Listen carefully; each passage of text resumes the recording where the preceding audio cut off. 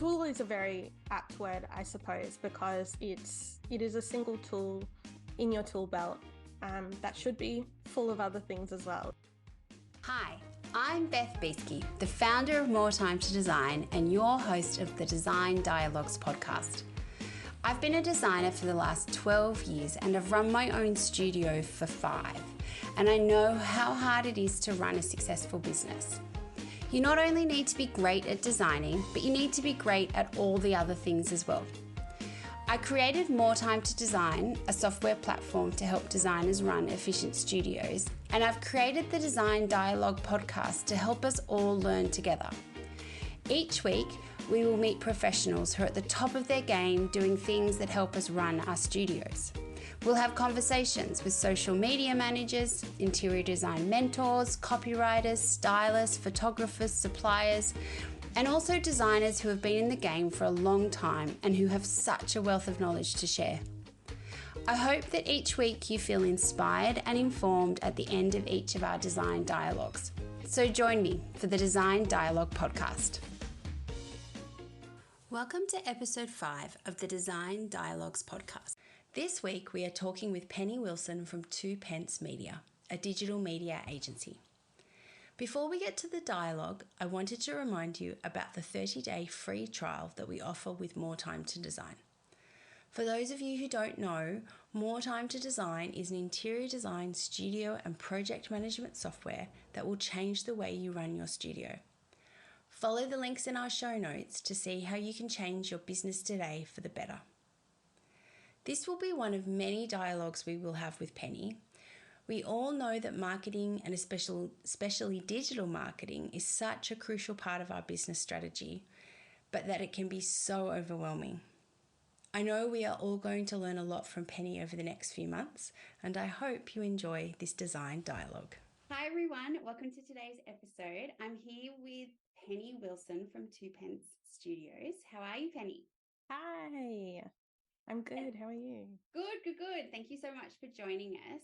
So I like to ask everyone first off, what can you see out your window today? It's such a gorgeous question. I'm currently sitting in my kitchen, so I'm looking out my kitchen window and I can tell that it's a really chilly day outside, but the sun is shining through, so it's really lovely to see. Yeah, just sort of a sunlit backyard that I'm glad to be able to see but not feel. Lovely. Sounds like a nice-ish Melbourne winter day. Yes, absolutely.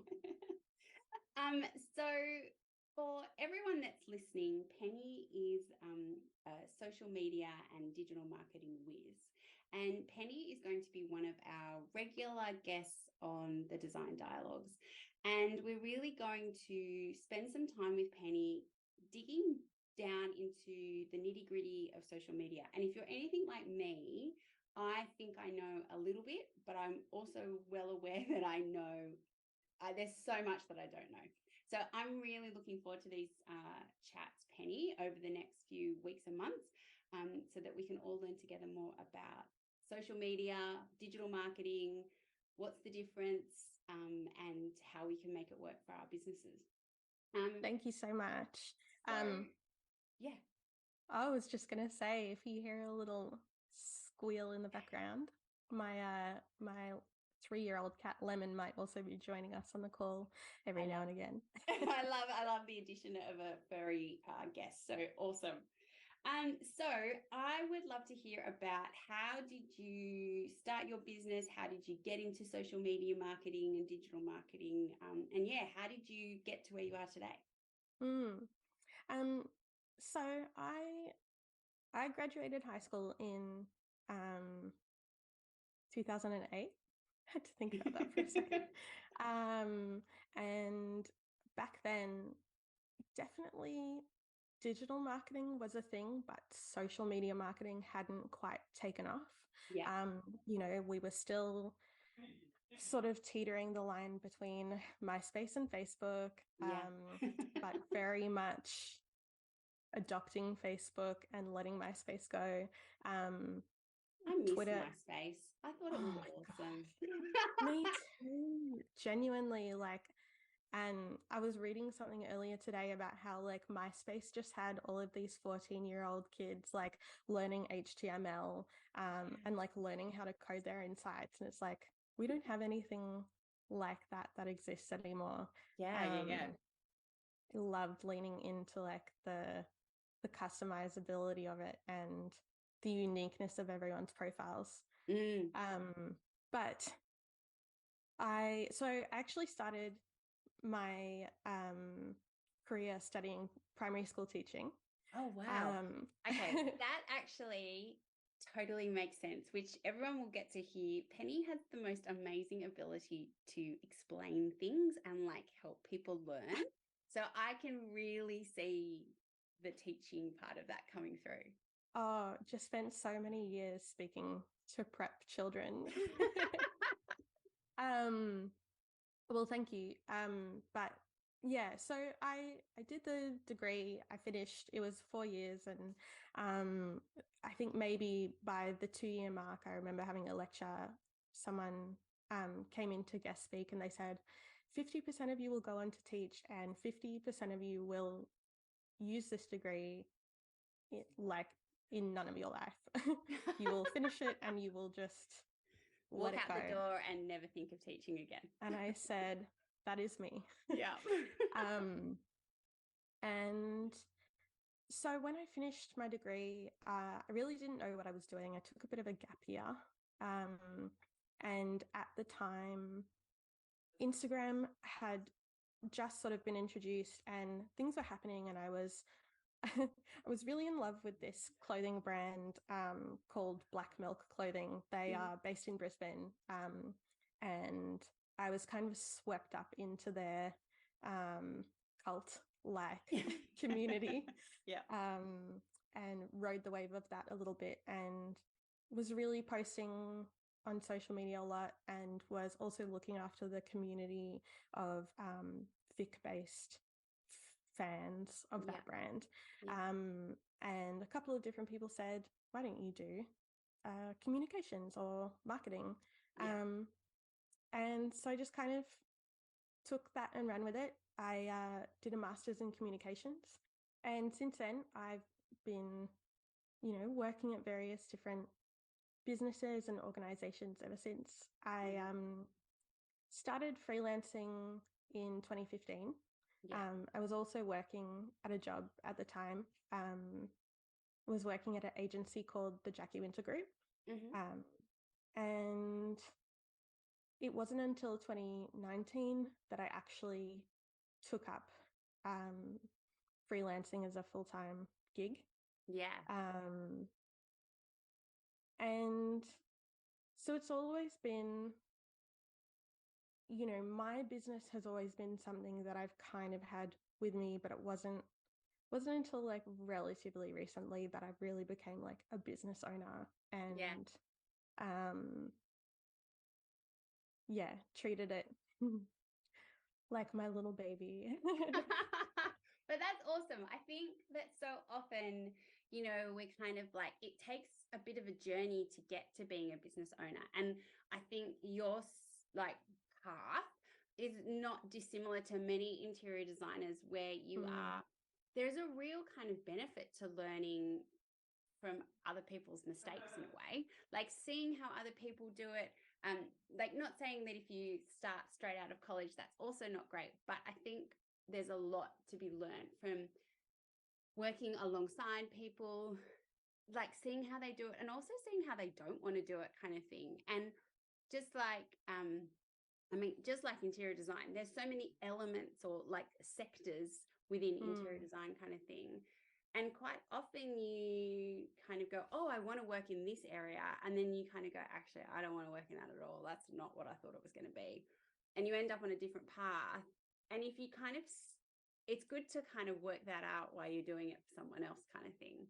And so, like I think your path to where you are is really interesting. And I think it brings you such a unique perspective. And I love that you've worked with such a diverse group of brands and businesses because it brings you, it gives you that really unique perspective. Yeah, absolutely. I definitely agree with that. So I've worked both in-house and within an agency. And the difference between those two would be, a brand would come to an agency and say, can you manage our accounts? And I would be doing that, but at, I guess, a distance from the actual client themselves. Whereas in-house means that I'm part of the team that's actually running the business and speaking to all of those different stakeholders to help develop a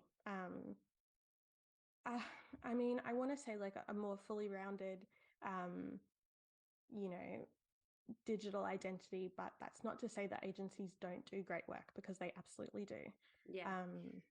So I'm going to like loop into something you've just said then, and we'll come back to kind of the general conversation. But at what point would you say is the right time to take someone in-house versus like, is the process, or, when you're working with like a social media manager or a marketing agency, do you kind of start with agency and then as you grow, you move into bringing someone in-house? Or is it more about what you're actually wanting to achieve that is the point you take someone on in-house? Like, what is that tipping point? Or is it not a tipping point and they're actually two quite different things and it depends on what you're trying to achieve? Yeah, that's such a great question. And I think it's probably the latter rather than the former. I would say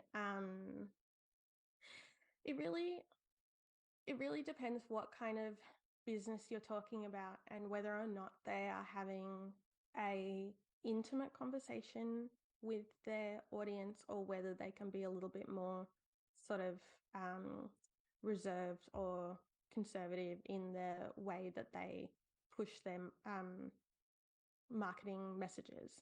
So agencies can be really great for, I guess, big businesses who are home family names, and they don't need for their audience to feel seen and heard by them. They kind of just need to like get their name, get their brand at top of mind for their audience.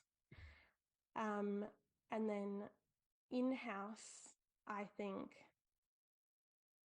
is great for small businesses or maybe medium-sized businesses who need to have a bit more of an ongoing conversation with the people who they're interacting with, whether that's on social media, email, or through their website. And the benefit of in-house is that you have someone who is speaking the same language as you, I suppose, about the brand. That's not to say that can't happen with an agency as well. It just might take a little bit more time to get there. Yeah. So someone who's in-house is really going to, I suppose, like live and breathe just your brand. Yes. And your business, where if they're agency, you might be one of many that they, look after. Yeah. And I suppose, absolutely. And I suppose for someone like most interior designers, it is a very intimate conversation that we're having with our clients and potential clients kind of thing. So I suppose, I can really see the benefits of having someone in-house who is like fully immersed in your brand and your brand only. Yeah. And that's not to say, I mean, because I also want to, I guess, touch on the idea that I totally understand that not everyone who runs a small business can necessarily just hire someone to, to bring in full-time or part-time or whatever as a permanent staff member. But you can also work with people like freelance or consultant digital marketers who focus on your brand and have an intimate knowledge, after forming a relationship with you and your business, have that intimate knowledge of your brand and can help you with your marketing, as opposed to, I suppose the difference is when you're buying into an agency, you're buying into like a set of deliverables, and it kind of doesn't matter like Yes. is who's creating those deliverables. Like Yeah. it could be Joe one day and then he decides that he's Yeah. going to go work in-house somewhere else. So Yeah. then Katie comes up and now she's working on your brand. Yeah. And whereas if you're working with someone in-house or you're working with someone one-on-one in a consultancy Yeah. way or a freelance way, yeah, I guess you're buying into the idea of that person having an intimate knowledge of your business and shepherding you, I Yeah. suppose, Oh, I in the love way that. to. I love that kind of idea of them shepherding you and guiding you. I really love that because I think Yeah. so often, like, you know, if you're running your own business, you wear so many hats and you have to be good at a lot of it as well. And I think so often, social media in particular, I think is something that people go, great, I can give that to someone else. And Yeah. I think it's really obvious when it's like if they haven't got your voice right or the messaging right kind of thing. And so I think that's a really big no because it just like it kind of defeats the purpose of what you're trying to do. But I love that concept of a good consultant or a freelancer will actually guide you and take you through the process. So instead Yeah, of just completely absolutely. handing it over, you're actually working together. It's a real collaboration. Yeah, definitely. It would ideally, what a dream it would be if you could just sort of hand your things over and go, all right, off you go. And like maybe also that is, a benefit of an agency, because in a way they do sort of offer that sort of Yeah. service of like, let us take this for you and manage it. But at the same time, it's an ongoing conversation. Yeah. Um, And I suppose that's the thing. Like maybe you do get to that point where you can kind of hand it over, but it's not going to be on day one. It's going to be like on yeah, year two. Like, you know, yeah, it's a process.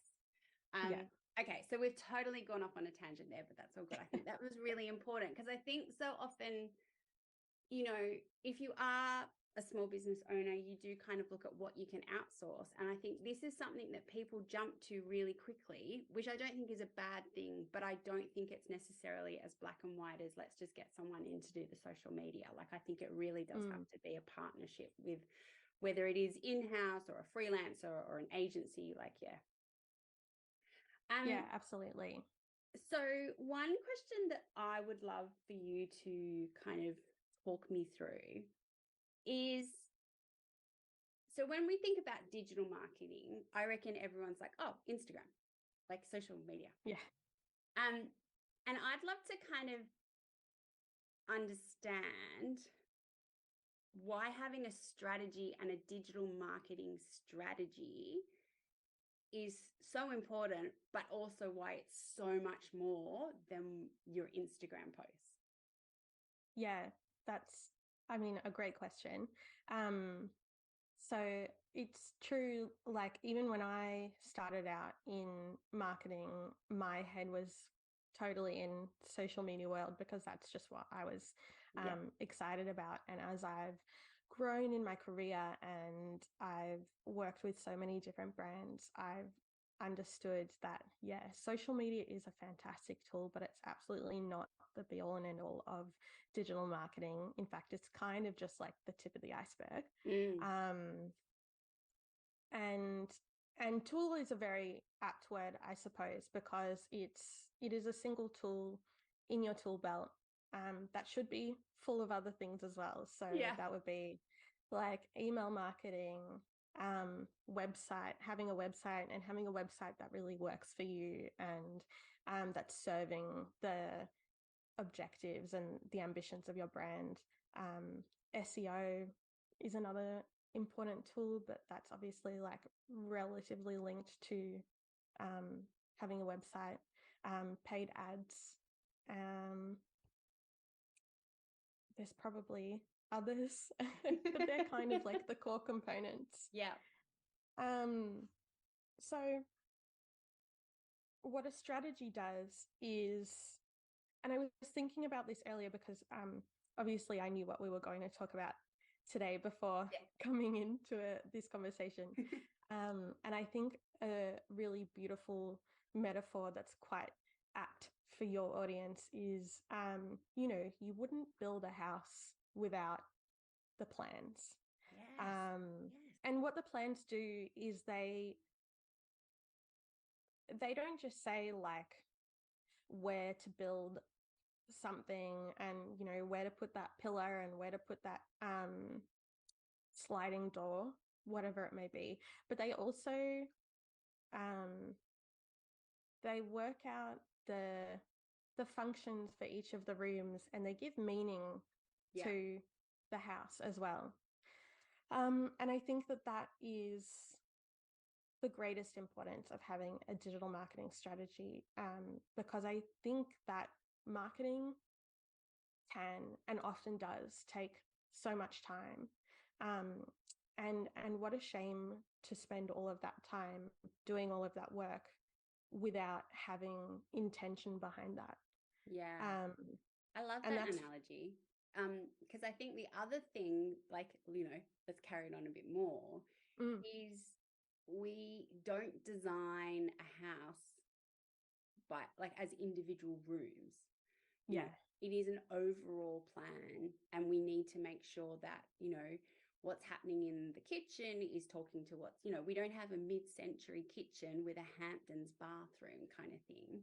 And I suppose when you think about your digital strategy, it's the same. Like what you're talking about in your newsletter needs to link into what you're talking about on social media and whatever else, all of that kind of stuff. So I think it's a very apt way of thinking about it, kind of thing. Like you design a house so it flows and has, it's all in context. And I suppose it's the same with your digital marketing strategy. Yeah, absolutely. And you're right. Like the different elements speaking to each other is definitely a component of that. Like having a link in your bio in Instagram that leads to the newsletter sign up page. And so then you've got people on your email newsletter, and then the email newsletter draws people onto your website, and your social media will also draw people onto your website. It's an ecosystem, and when it works best is when you have all of those different channels talking to one another and doing so, as I said, intentionally, and with direction, I suppose. Yeah, that's awesome. And then what, like in terms of and we'll get into this, I suppose, in another episode, but thinking about, I suppose, the mechanics of it a little bit. What comes first? Like, is it are there, and I like, one thing that I always think of is like, you don't own your social media audience. You are building on borrowed land. And so, don't center your marketing. Like, as you said, like social media is almost like the last part of the puzzle. You need to focus your efforts on the bits that you own. So an email list and your website and all of those, those assets that are yours, you own. Is there a way when you're thinking about this strategy and putting your strategy together, like, do you go, okay, what is my key pieces of content, and work from there? And, you build that content, and, people talk about, repurposing content and all that kind of stuff, which I think is a whole other discussion. Because I think there's most probably an order with which you should pull content out, kind of thing. Like, I don't think starting, like, I don't think a social media post is your top level content piece kind of thing, and then you work from there. I think it's most probably the other way around. But like when you are putting together your strategy, what are kind of just a few, and I know this is a much bigger conversation, but what are just a few threads that you need to kind of start thinking about what you want to pull together? Yeah, absolutely. So generally when I'm looking at developing a digital marketing strategy, the very first thing that I look at is identifying the objectives for being in the digital space for that business. So what do you want to actually get out of having a website, having an email marketing strategy, having a social media presence, because that is, that's why you're there. So are you looking at getting more inquiries if you're a service-based business, or are you looking for more conversions, maybe if you're a product-based business and you have an e-commerce website? But some of those objectives could also be like growing authority within your industry, and becoming a bit of a thought leader in your field. Or it could be building brand credibility and brand recognition. I think that is like the first thing to sort of bed down. Why are you here? What are you doing? Always good and then to know. we're gonna yeah and then we're gonna look at our target audience. So obviously digital marketing is a two-way conversation. It's not so traditional marketing used to be we like putting an ad out on the TV or on a billboard, and saying, here's our product, come and buy it. Digital marketing is way more personal, and it's, in a way, it's connecting with your audience, and it's connecting with your audience within their house as well. If they're scrolling on social media, they're opening up their emails. So in that way, that context makes it more intimate as well. So we want to look at our target audience and figure out who they are, what they like, what they dislike, what questions they might have, and what problems you're solving for them. And then another thing that I think that's quite important is working out your position in your industry within the context of your competitors. So what are you doing differently? What are you doing better? And how are you communicating that with your audience? So there are a few things that go into developing a digital marketing strategy. There's obviously plenty of other elements. Like I always look at, like content pillars is a big thing. Like what are we posting? How often are we posting? Which platforms are we going to be on? But I think one thing that I suppose from my own experience with, the businesses that I run, and I'd love to kind of, I was listening to someone else the other day. I was at a talk and it was a marketing manager for a finance platform, like completely different industry. And she was saying how it was so important to have your marketing strategy. Like it's one of your first documents you've got to write, kind of thing. And I totally get that. Like I really do get that. And, she was talking a lot about the building of the brand and all that kind of stuff as well, which is a whole other conversation that we can have. But I also think, like, I know from my own businesses that I would have really struggled to write my marketing documents on day one. Like it's taken me quite a while to work out, well, who is actually my audience and who is the people, like who am I trying to attract, and what, like all of those things. Like it's taken me quite a while to kind of, for that to become clear in my mind. And so I feel like in a way I've almost had a bit of trial and error where I've like, oh, is this who I'm talking to? And then like that will kind of work a little bit. And I'm like, actually, I don't want to be talking to those people. And like I'll pivot and all that kind of stuff. Do you find that sometimes it's not so clear on day one? Like you think you kind of go, I'm going to open the doors to a business, but actually it takes a while for those ideas to become clear and like those concepts become clear. Like is that quite a common thing that you come across? Yeah, absolutely. I've certainly made the exact same mistake myself, like kind of running in like gunslinging, going, I know what's best for you and your brand. And then after sort of months, like working with that business, going, okay, might have had a bit of a different perspective, I suppose, from what is actually not really appropriate, but what's going to work best. Yeah. And I think the key to that is understanding that a digital strategy is sort of a living, breathing thing.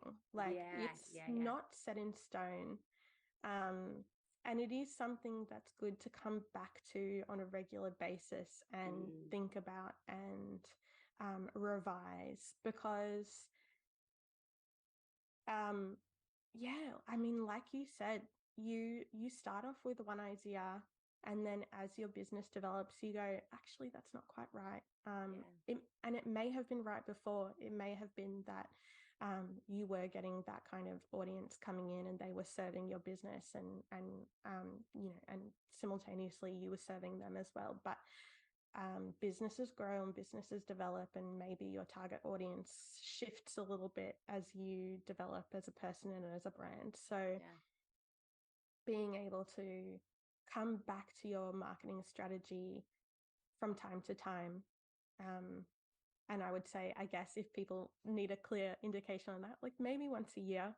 Yeah. Um, Well, I think this is definitely going to be a whole other episode, because I think this links into, like, it's not a set and forget. Like, it is, yeah. as you said, it's an active document, and you need to be like looking at, and marketing and digital and any type of marketing, like it's analytics. Like, you got to look at your numbers Yes. to know what's going on, kind of thing. Like, you can't just put it out there in the world and not have a clue about what it's actually doing, kind of thing. So I think Yeah. that's going to be a whole other episode where we can kind of dig into that. Yeah. That's definitely something I need help with. Oh my goodness, baby. We could talk for hours.